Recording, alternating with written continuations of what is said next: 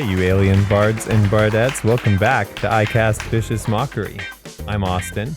I'm just realizing that we're recording this whole time. Yeah, we were recording this whole time, I believe. Okay, good. Yeah, we are. We're still good. We're still recording. Still audible, visible, all that kind of stuff. Yeah. This is an audio-visual medium, but most of you guys are consuming this at the very least audibly. Actually, so I watch the podcast by turning it on my phone, putting it on loop, and then putting it in a drawer. But hey, to each their own. Yeah. Oh, I have it muted. It's muted. It's muted. It's muted. Yeah. And it's on and muted. It's on and muted. Yeah. Anyway, though, I've got some homebrew. Sure. I think it's. I don't know. You could tell me. We'll put a poll.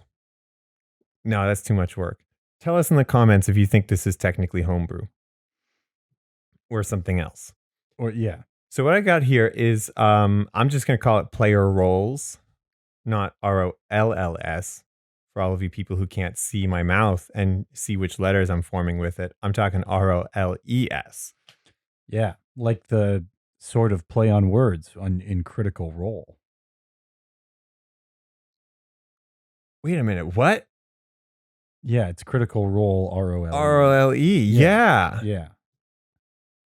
But like they roll the dice though. Right, in the but critical. That's ROLL. Yeah. All right, I don't have any bit here for that. Okay, great. So no. So check this out. It's from a WebDM video that I'm gonna link in the comments, or no, in the description rather. And based on this, I see what you have written down here, and just so you know, I have seen this video. Good. Okay. Yeah. Yes. Yeah. I maybe did I show it to you or something? No, I'm or pretty did you sure. just see it? I've seen it, and I think independently. Good. Okay. Then you've given it some thought, which is excellent because I wanted to add on top of it if we could, or things like that. Because it's about this. Your DM is a busy guy. He be. Yeah. Or if your DM is a girl, he's still a busy guy. Yeah, very busy. Yeah, it doesn't matter if he's a guy or a girl. He's a busy guy. With the addition of being a girl, very busy. Yeah, pretty busy. Also, the DM might not be the best at everything involved in the game. There might be somebody better suited to certain things at the table with you. So let's solve that. It's pretty easy. We just give each player some other role or roles to take care of. The first one that they used, or that I'm going to use as an example from the video, is the quartermaster or treasurer.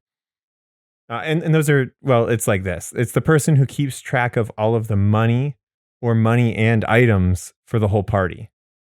Right? Like they're keeping track of your food supplies and making sure that, like, as days go by, you expend that stuff.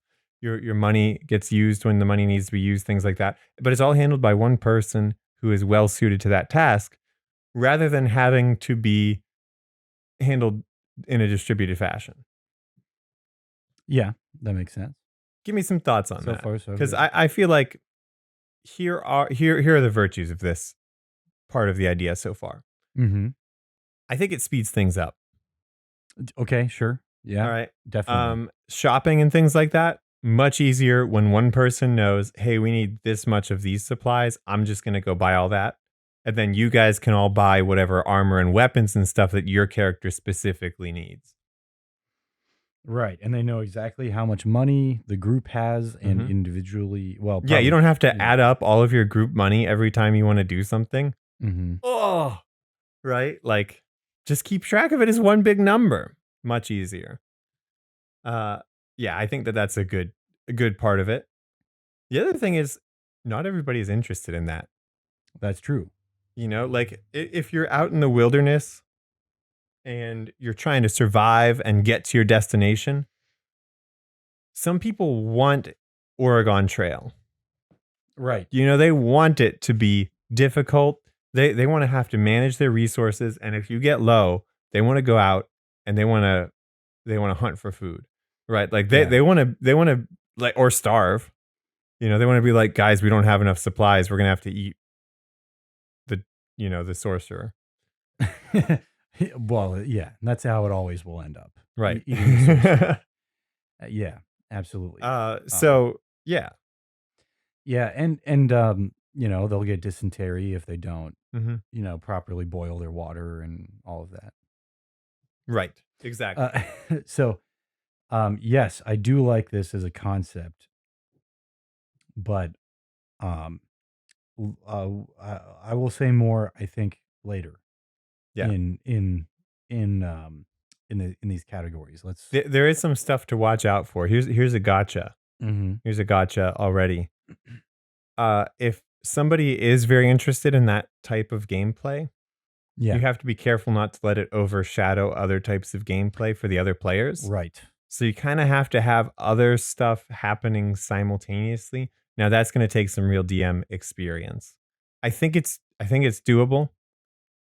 I just think that you have to have run both things previously and Mhm. gotten pretty good at both things. So one person is managing resources and stuff like that and gathering them and all that. Eh, or yeah, that one player is doing that and you're feeding them that gameplay while the other players are focused on exploration, like finding cool ruins and stuff like that, combat, where they're getting ready to fight enemies that are popping up. Mhm. They're focused on maybe crafting or things like that where they're trying to make their own items better. Mhm. They're focused on just basic progression, like trying to get the story to happen. Yeah, yeah, They're role trying to find the playing, place. Yeah, exactly, yeah, exactly. yeah. Um, so that is tough. That's a tough balance to strike. Mhm. Um, so I'm not going to say that this is the perfect thing to do, and it doesn't apply to all tables and it doesn't apply to all games. I just Right. think the concept is worth looking at. So let's continue. More player roles. Yeah. The next one is rules lawyer. The rules lawyer. Yeah, somebody whose job it is to look up Hmm. the rules or to know the rules Yeah, even, exactly. for certain niche Yeah, decisions. pretty Yeah. pretty much. Your DM already has, like, let's say it's combat, because combat has a lot of rules. There are a lot of combat spells; those all have their own rules. Your DM is already running maybe 5 to 8 times as many characters as you are. Right. Like, let's not overload them even more by making them have to look up all the spells and things like that. We might as well have somebody designated. And if that person doesn't know the answer, the DM can make a judgment call at that Right. point and can be like, they could just be like, oh, this isn't like a thing that has a set in stone answer. You can make a judgment call, or you can defer that even to the rules lawyer, and they could say like, yeah, it's not really a set in stone thing. I guess it would be like this. Right. Like, and that takes away some of the decision making from the DM, which you Mhm. would think is a bad thing. But then the DM can focus more on story or things along those lines, if it makes sense. And depending on your DM, they may want more focus on story or on mechanics or on, I don't know. Just the big old fights, Yeah. maybe, Yep. having like thrilling, interesting fights. Yeah, exactly. Um, yeah, this is interesting. You may be surprised if you've ever played D&D. I'm sure anybody who's played D&D for more than 10 sessions, even, it probably doesn't even take that long usually. Hmm. It's crazy how you run into things that aren't clear about Right. like how they're supposed to work. Yep. Um, or even if they're clear, you could maybe even see how it could work a different way, Hmm. and it would still be fine. Like we ran into that with the fog, in actually the part of in the group that you're not in. Hmm. Just realized that you're not in that group. Right. But I've the, heard about it though. yeah, yeah, there was thick fog. Yeah. Nobody could really see each other, so it brought up the question of, can anybody even hit each other? Um, the rule, it turns out that because you have disadvantage when you're attacking somebody you can't see, but you also have disadvantage when you're, or you have advantage if they can't see you. It all just cancels each other out. So it ends up being like normal combat, but with the added effect that certain spells and things target a creature that you can see, Right. in which case you can't see them. Mhm. So if you're doing something that is described just as an attack, all right, it's normal, as far as Yeah. like whether or not you hit. Now, I think Hmm. a beneficial thing to do that Right. I've heard people doing is to set a time limit on any rules call. Right. Right. Be like, all right, if we're not sure after 2 minutes of looking, 2 minutes might even be too long That's because probably you too long. don't want to like ruin the momentum. Right. You might be like, all right, guys, here's the little hourglass. If we're not sure about something, we're gonna flip it and we're all gonna look up the answer, or the rules lawyer is gonna tell us at the end of it like what they think it is, or the DM is gonna tell us at the end of it what they think should be, or what it will be at this table. Hmm. Then you just write down the official decree and you're good to go. And I think it's totally fine to just make a judgment for that combat scenario, and then at Mhm. the end say something like, We'll look it up after that, yeah, or like, hey, in case this happens again in the future, I'll be prepared for it, yeah, and we'll follow the official rules if there are any. right. Or even, making a judgment call, not even worrying about looking it up later, Mhm. and just deciding like, all right, well, maybe I don't really like the way that played out. Maybe we'll do it this way next time. True. Yep. Like you don't have to, if you make a decision on how you want a certain rule to work, you can change it later as long as you communicate it, I think, Mhm. properly to your players. If Right. you spring it on them the next time, you're like, all right, last time we did it like this, but we're going to do it like this time. Probably a little bit of heads up would be good, or, Mhm.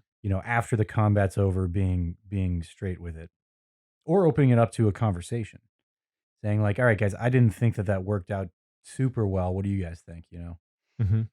That's always good. But Yes. after the game is done, Right. I Yeah, think is when you're not when you're yeah, exactly. Once you've tried it, once you've right. tested it out, and you can actually get a feel for whether you or not you liked it, Mhm. instead of ahead of time trying to squabble about it for an endless amount of time. Right. Because Um, that's like any board game. I mean, right.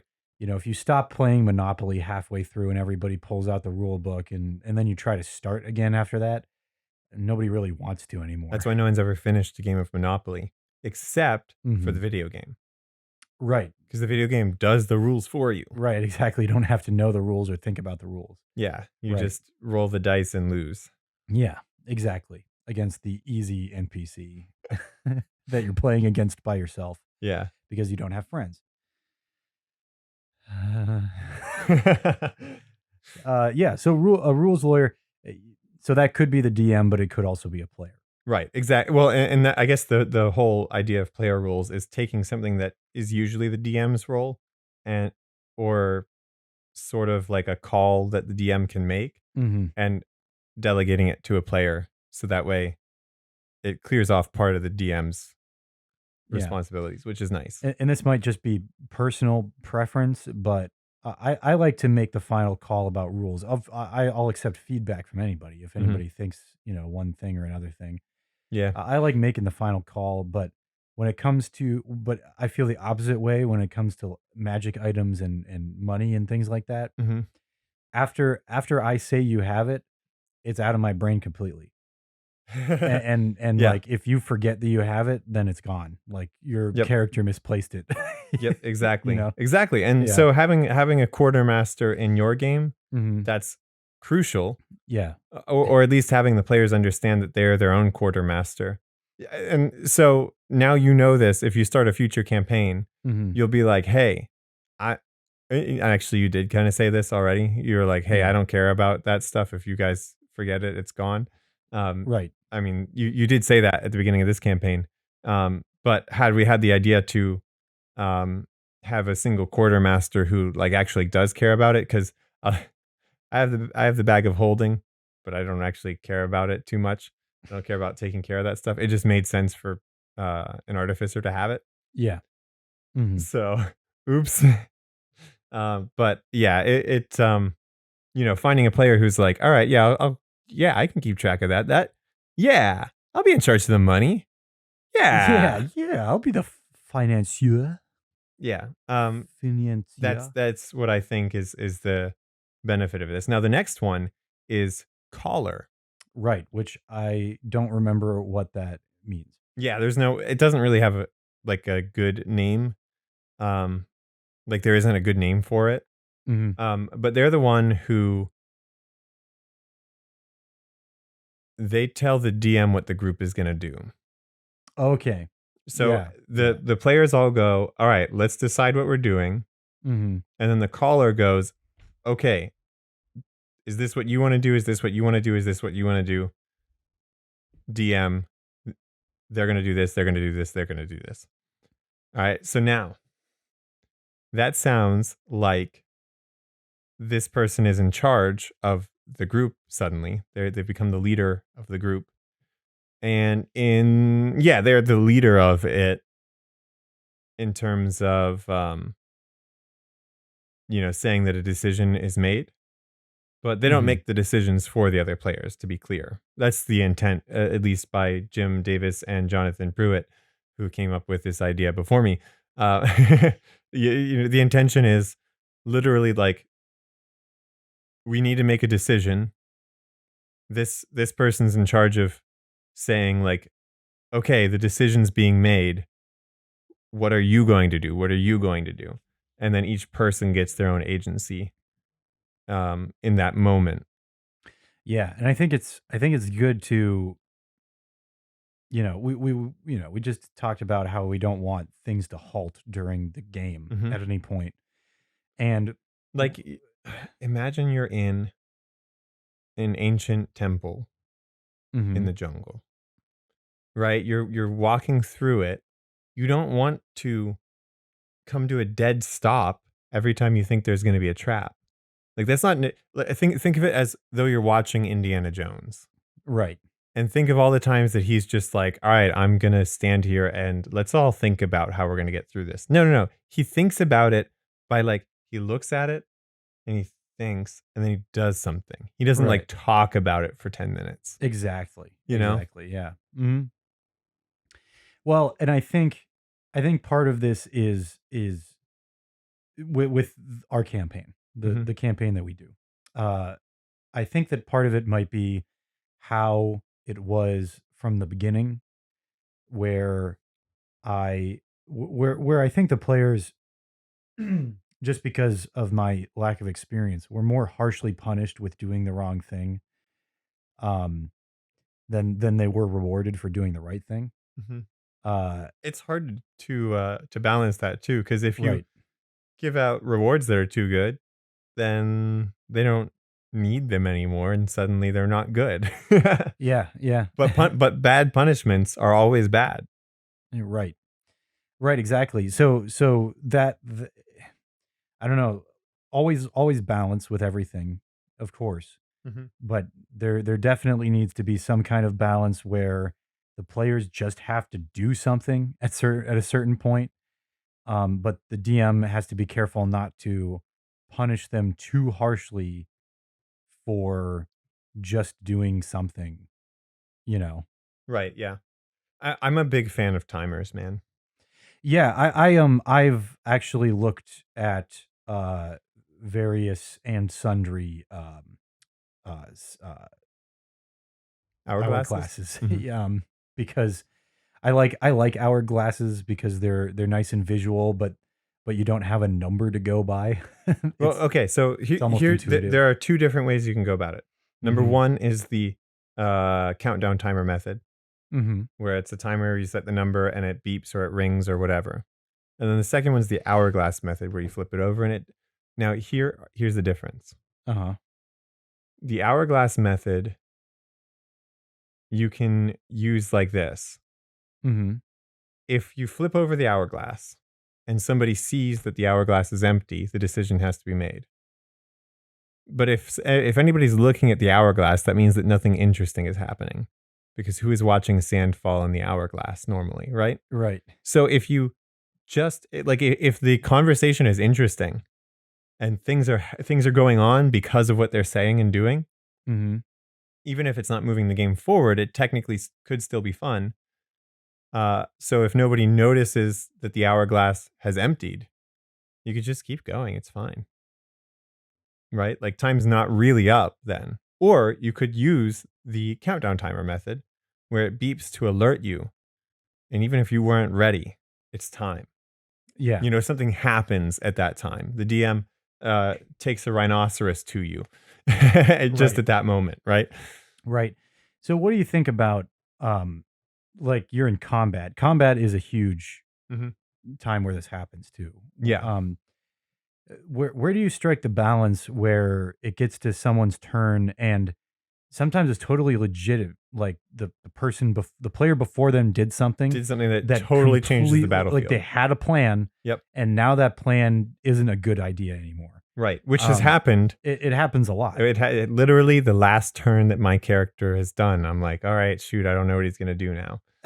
Just before we left last time. Right. Exactly. And well, fortunately for you, you have a lot of time to think about it. Yeah. Well, and sort of. my plan could still work. It's just not clear if it will.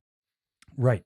Exactly. There's a lot of there has been a reveal of some kind of what this guy's deal is at this point. I think you kind of get it now. Like, oh my God! Wait a second.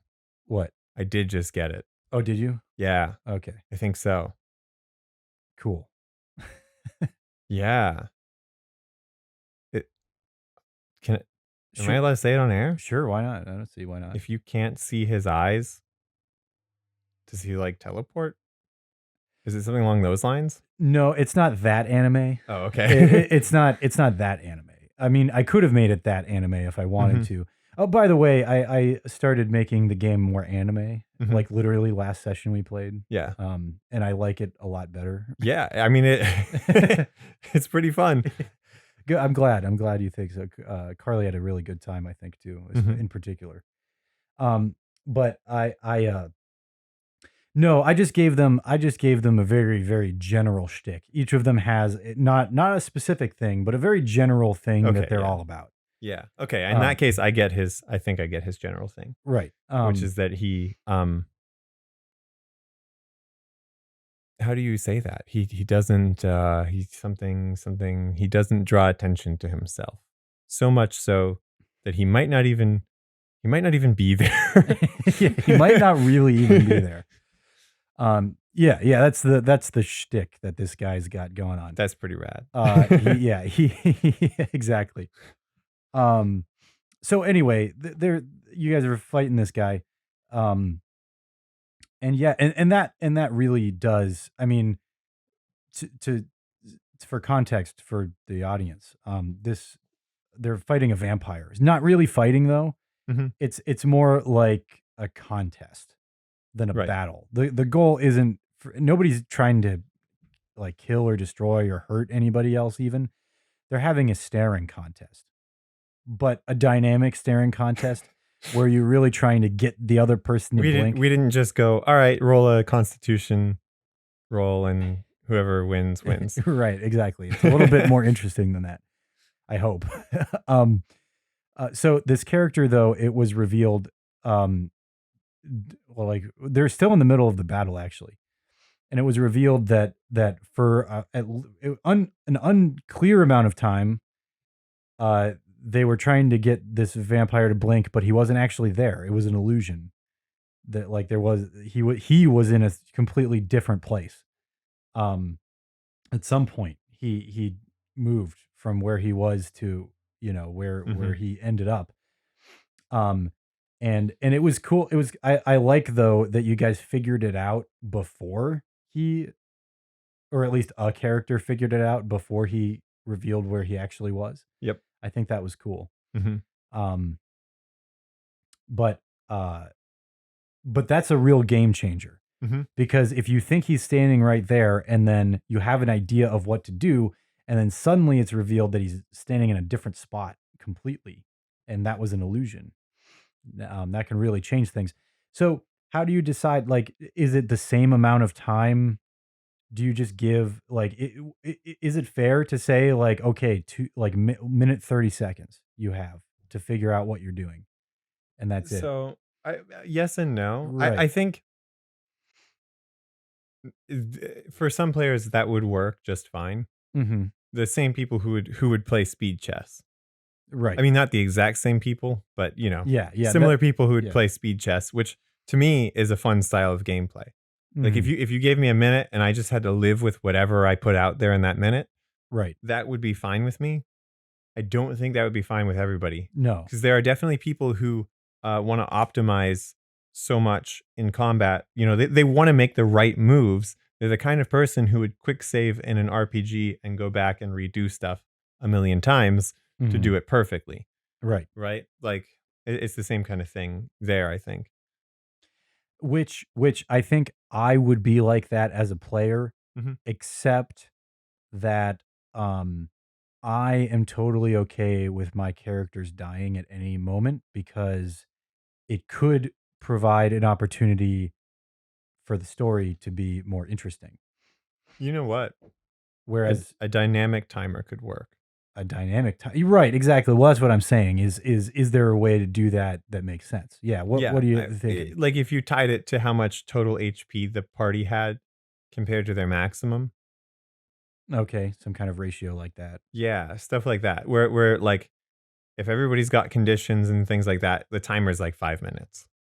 Because like, we're in trouble right now. Hmm. You can take as long as you need to decide what to do next. But if things are looking good and you're just starting out the combat, nobody's tired yet, right? Hmm. No, everybody's feeling fine. Things should be happening. Yeah, yeah. Hmm.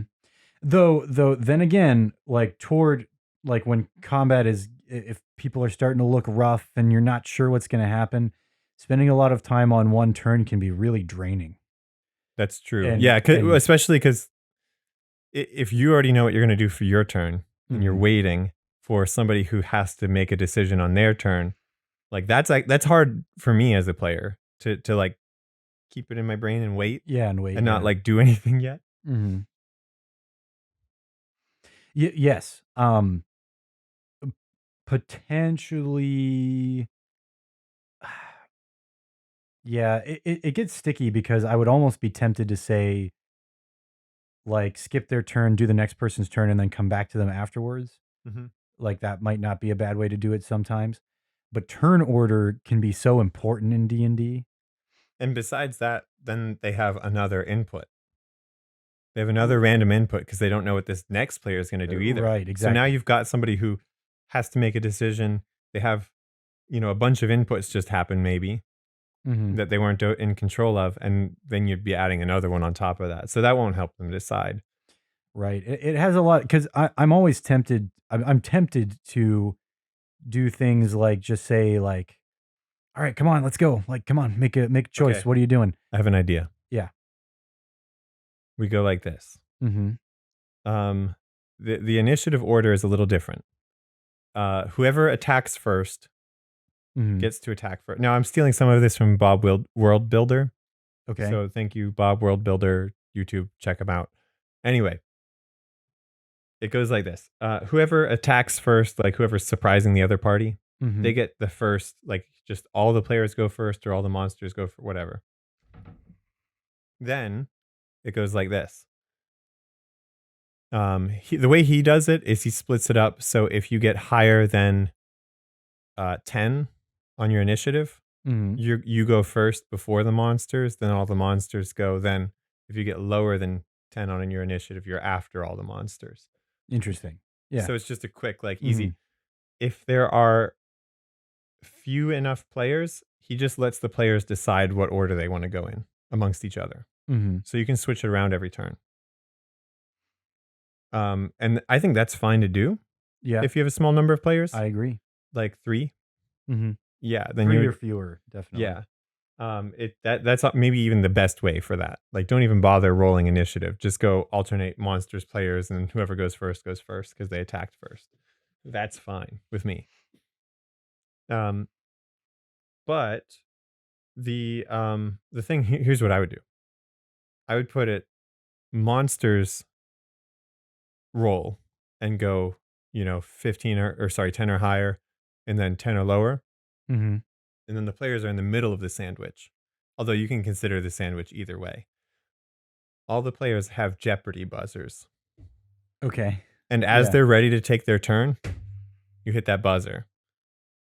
Okay. Yeah. And that decides the order for that round. Whoever just goes first, that's who goes first. If you're still thinking, you're not going to hit it first. You just wait. You're like, all right.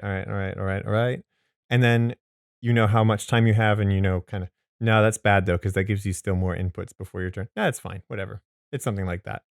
Right. We're getting somewhere. Right. Yeah.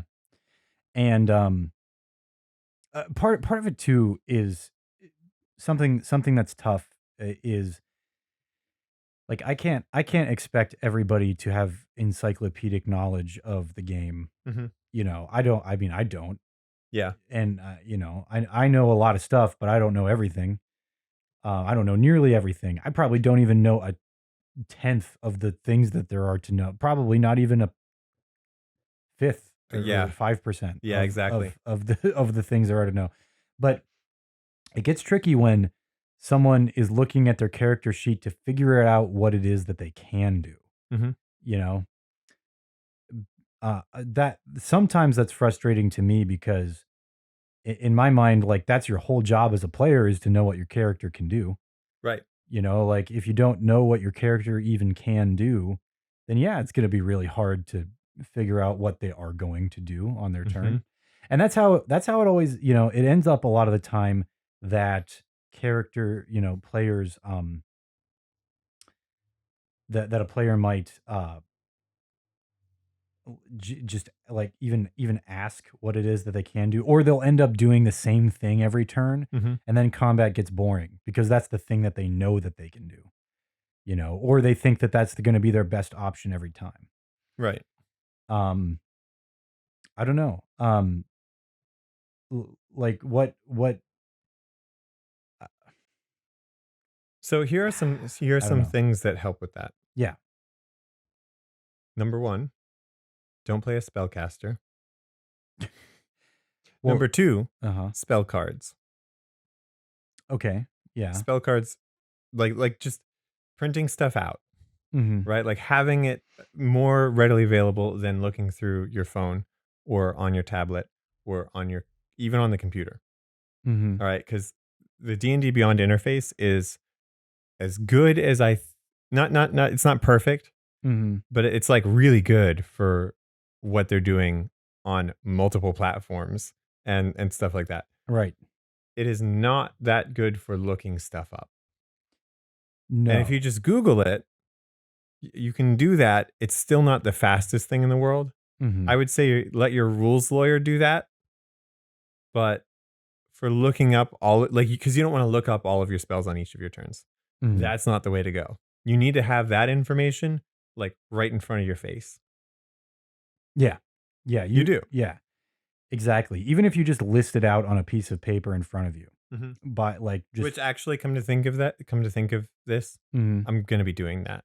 Yeah, Like, it's a good like idea, right? this is, yeah. I like number one. I shouldn't need to look at the spell list in the app. I should just be able to like see my spells. Mhm. Number two, I know you can tap on the spell and see what it does, Mhm. but I can read so much faster than it loads the little sidebar Yeah. on D&D Oh Beyond. yeah, yeah. The Uh, loading times are so fast and yet they eat up a lot of time. mhm. It eats up a lot of time just And then waiting if for you something mess to load. up, Yeah. like, Then you gotta go oh my back and you gotta god, go forth and I've run into that so many times. Oh mhm. my god. Right. Right. So D&D Beyond is great for like setting stuff up and having it on, but it's not the best way to look at the information all the time. And I actually I am a fan of spell cards because I like that you can just like you can put them out in different orders, right? You Mhm. can move them around. You can even like plan with them. Yeah. You can be like, all right, I'm gonna do this, I'm gonna do this, I'm gonna do this. Yeah, I mean, and you don't have to buy anything very expensive. You could literally get a bunch of index cards Mm-hmm. and just write the spells on them. Mm-hmm. Yeah, you could color code them with like a dot in the corner with Sharpie or something like that. Heck yeah. You could use those notebook tabs, put a Mm-hmm. different color tab for different kinds of spells. In fact, that's one of the primary things that people say is an advantage of physical game books Yeah. is you have the tabs, you have all that stuff, you're ready to like flippy. Yeah. Yeah, the more we go through, the more I am considering getting Do you want a DMG? physical copies. I Oh, have you have 2. 2 of them. Yeah, you can have one. Sure. That'd be great. A DMG would be great. Actually, that's the biggest one because the things I find myself trying to look up all the time Mhm. that I really shouldn't even bother with and just make it up are things like how long does it take to travel this distance by this form of transportation or Yeah. Well, um either just A, look it up, or B, have it right in front of you. right, exactly. Or sorry, not sorry, A, make it up, or Right. B, have it right in front of you. Having right Not in look front. it up. Right.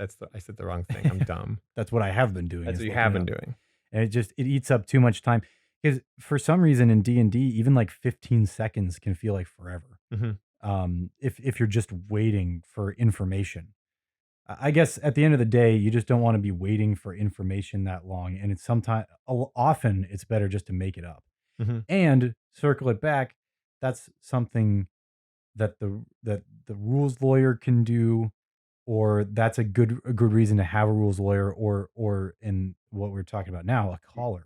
What I'm saying is, yeah, get your players all having their own screens. DM doesn't need to be the only one with a DM screen up. Yeah. I think the players could have different stuff on theirs that, their spells, or spells and actions, their background, their equipment is a little tough because you have to do so much writing and erasing and stuff. Hmm. Um, but there's probably a good way to do that too with equipment. You could do cards, but that's too many cards because you could have literally anything. Yeah, you could have anything. Um, But that was, and that was my plan when we started playing. I had planned on handwriting cards for every item mhm. that I gave you guys. Um, and it never happened because literally after our second session, there was some kind of crazy global pandemic that shut everything down. Mhm. So I just never ended up doing that. But I could do it again. I could bring that back. Well, I know what I'm doing personally is Yeah. I got to make me some spell cards. I can't do them with my own handwriting, but I'll figure out a way. Yeah. You could literally print them off on a piece of paper, cut them out, and I think that's what I'm going to tape be them doing. onto a note card or something. Yeah, Yeah. Yeah. There's a lot of ways to do it. I am Um, going to tape them onto a note card, yeah. as Yes. far as I know. Anyway, let's talk about the next ones. Right. Because this is actually there are 2 more that they talked about kind of Hmm. in this episode of WebDM. They talked about a cartographer, Yeah. A cartographer. yeah, Hmm. and a historian slash chronicler. I guess technically it's a chronicler. Um, Hmm. I think they might have called it a historian or something. I don't remember, or they might not have given it a name. But these are players who like the cartographer does what a cartographer does, Hmm. which is they pull a cart behind them. Yeah. Of course. Hmm. No, it's good to have somebody who can keep track of where you are and what's happened, Hmm. where you've been, where you're going, and what has happened, and what Right. the goal is. Yeah, all that stuff. Right. And I think you have different people who like different stuff. So of course you're gonna have one person who maybe wants to be the cartographer and they draw the maps and they keep track of where everything is. How to get different places. Somebody might just be really good at remembering the story Hmm. or writing it down, and they do, and they're responsible for the recaps, right? Like I think it's okay to assign those things to a single individual. Um, Right. And I've mentioned before, and I think it holds true with since we've been doing it this way, that it's better to have the players do the recap than the DM mhm. in a lot of instances. Yeah. Now, in my personal opinion, I think it's better to have all of the players kind of add in their two Yes. cents on the recap. Yes, I agree. Yeah. All the players kind of But add their own thing. having one person who knows the like this is what happened and this is what happened and this is what happened, Hmm. that is a good way of going for that. If anyone is interested in it, like Right. if nobody cares and you're not going to remember any of the story, DM might have to work around that. They either might have to remember it themselves if it's important to them, or it's not important to anybody. Yeah. Or it's just not important. Right. Hmm. exactly. I Um, mean, that works well for episodic type campaigns mhm. where like it's just monster of the week, like whatever. You just do a Yeah, fun thing you're and just doing it. You're just doing um it, man. Yeah. so let's just do it, man. Right. It's good to have a balance. I think that if you make everything that happens significant or important to the story, I don't know. Yeah, like if you it would sound like you're reading a fan wiki. Yeah, exactly. Yeah. Oh my god. Right. Like it's good to have something, and it's okay And if he had and then they met an eagle was on the tree and the tree was a sycamore tree and its leaves were sycamore leaves on the sycamore tree. Mhm. Uh, Mhm. and those are, of course, are links to pages on sycamore tree and sycamore leaves, which just say, see this time when they showed up in this. Yeah, okay. We get the idea. It's a little too much. Yeah, yeah. And so but unrelated things to the overall story don't have to be pointless either. Hmm. Like they can have significance in, maybe telling the rest of the players what kind of person this character is. Right. Yeah. You know what I mean? Like, they can have other significance beyond the ultimate goals and outer machinations of the entire world that you're playing in. Right. But yeah, side quests are for losers. I agree. So, Yeah, who does them, you know? And that's to like a complete opposite point to an issue that I have with a lot of AAA video game titles nowadays, where they just throw a bunch of random stuff in there that doesn't mean anything. mhm. And they're like, look at all the content that's in here, but it doesn't mean anything. Right. And you could do it all. Yeah, You you really could. could do it all. You Hmm. could spend the next 500 hours playing that game, or you could play it once through in 40 to 80 hours and like be done. And be done. Yeah, exactly. And it's And not and, even and like I put 500 hours into Breath of the Wild, but Mhm. pretty much everything that I did in there felt good to do. Right, cuz it's like you just decide what you're going to do. Right, exactly. But a game like a lot of Assassin's Creed games, lately, where there's 100 different collectathons, and Yep. if you collect them all, you get an achievement, and that's it. Like that's doesn't feel good, man. It feels actually kind of pointless and Mhm. terrible. And for me, I'm very motivated to go out and get all of those things in those games. And it feels even more meaningless at the end of it all when I get nothing for it. Do you often fully complete games? Not fully. No, there's because I'm not good at video games. Mm. So there's ultimately things that are hard enough that I'm not interested in even ever trying to do them. Yeah. The things that are easy to do, like collecting all of the things, yeah, I usually finish those. Not because I want to or that because I like to, but because it feels like I'm supposed to Mhm. in some way. Um, Can't leave food on the plate, man. yeah, I guess. Yeah, I guess that's part of it. Yeah. Yeah. I mean, I feel when I start a game, I feel like I want to 100% it, and then I usually 60% it, and then I'm done. Exactly. Yeah. Exactly. Yeah, that's how it feels for me too. Yeah. Though I usually 90% it. I'll 90% any game, but I I rarely. yeah, I like get to a point where I find the strategy that's powerful enough to beat the game, Mhm. and then I go and beat it. And then when it's time for post game stuff, I'm like, yeah, this would be cool to do all the post game stuff. And then I'm like, nah, I'm bored. Yeah. Like the Spider-Man release for the PS4. Um I I I did everything in that game except the web slinging challenges. I think I never finished those. I never did those. And I'm okay with that. So I beat like 90%, 95% of the game. And I'm okay with not doing that last 5% because I don't know, I just don't want to.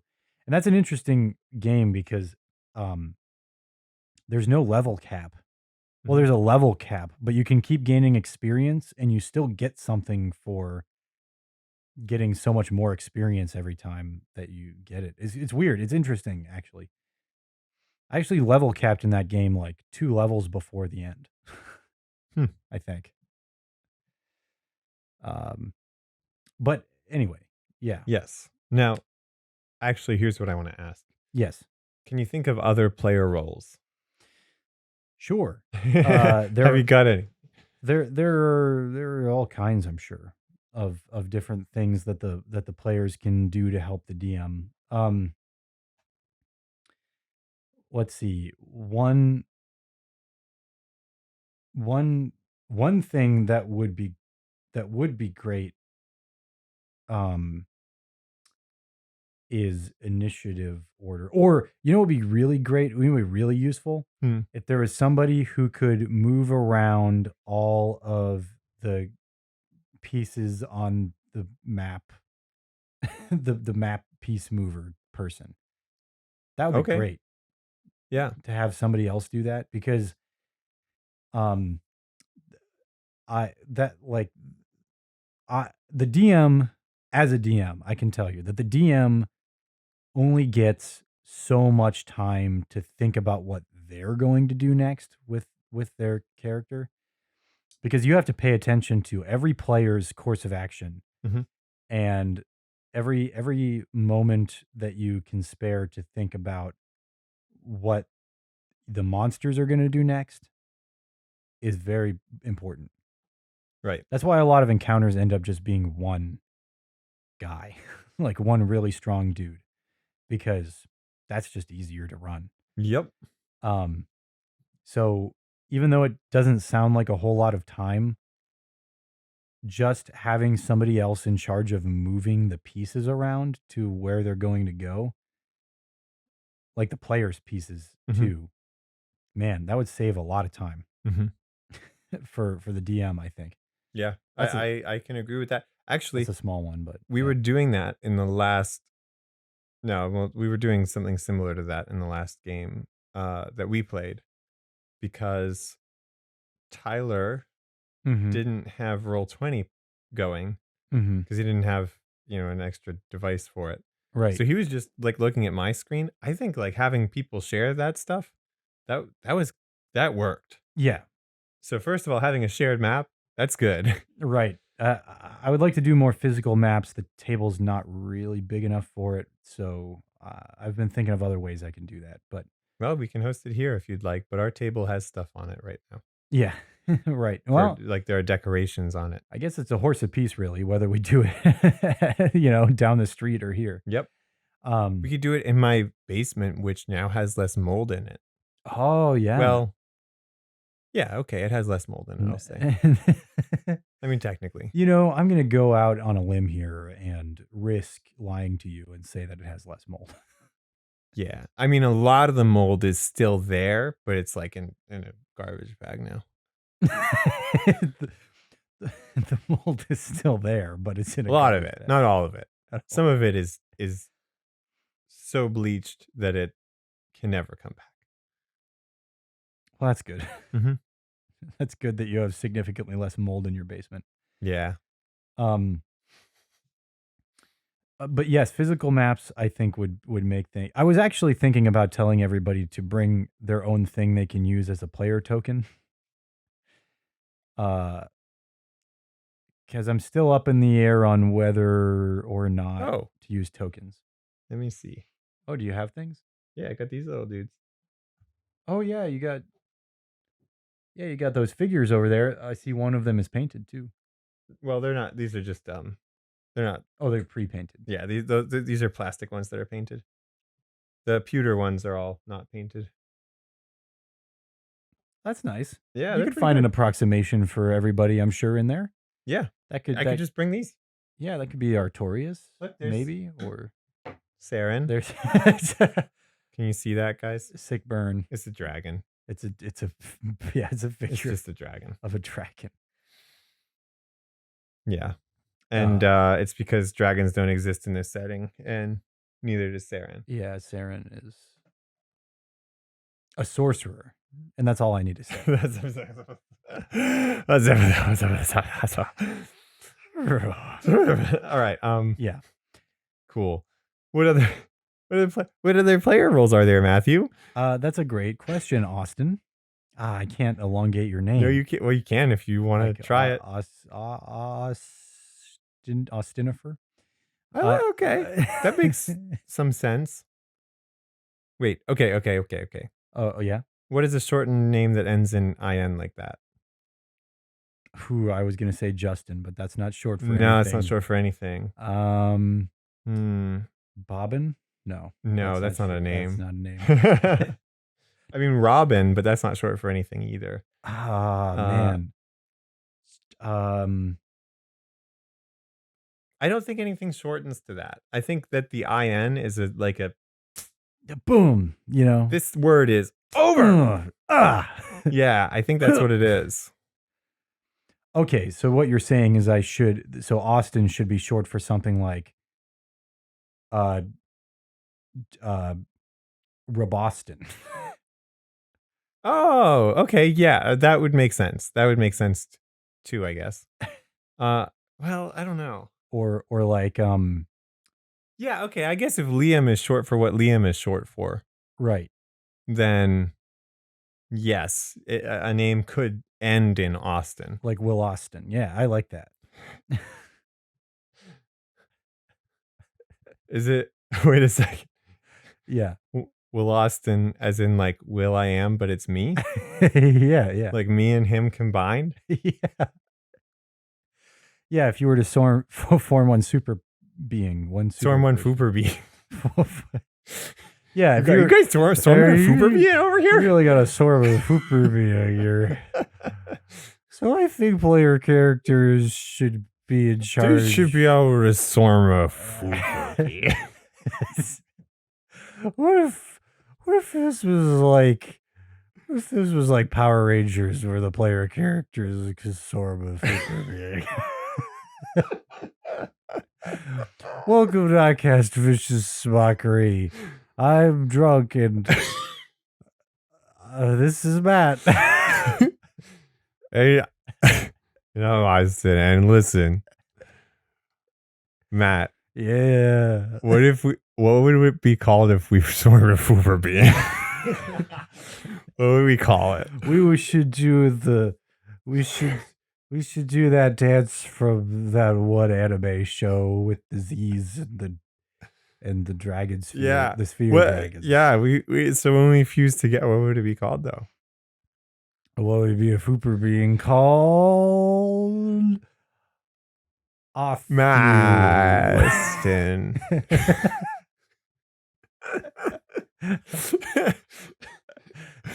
Well, Othu or Maston, which one is it? They're both so good. Both gold, solid gold. Solid gold. Solid gold. Solid gold. You got some solid gold. Yeah. Okay. Anyway, that was a good derailing. Yeah. Are we going to be able to bring it back on track now? Everyone's on the edge of their seat. Right. Can we do it? They're anticipating. Can he stick the landing? I think players should be able to vote. Be in charge of. I think players. Yeah. These players should be able to vote. Oh no. I did not stick the landing, Matt. I'm so sorry. My Olympic dream is ruined. The real question is, people always ask, like, what's your alignment? Like, are you chaotic neutral? What's your character's political party?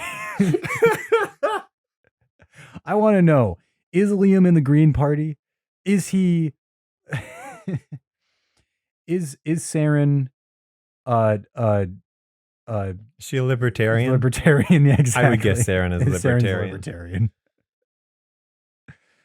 libertarian. Yeah. Wait, is Saren short for something? Ooh, that's a great question. I'm not going to reveal that. I've seen her full name, but I don't remember it right now. It is kind of funny. Mm-hmm. It is kind of funny that she has a full name, and it seems that nobody in the party knows it. Maybe some people do. I forget. I don't know. I don't think she's mentioned the whole thing. I don't. In game. I don't think she's ever said it. Which, like, How do you know somebody for months and not be like, hey, do you have a last name? I've only ever known you as Beyonce. Do you have another name, or are you just like straight up on your birth certificate it just says Beyonce? Like that's it. That's it. Man, it would be a headache to fill out official. So your name is just Obama? What's your last name?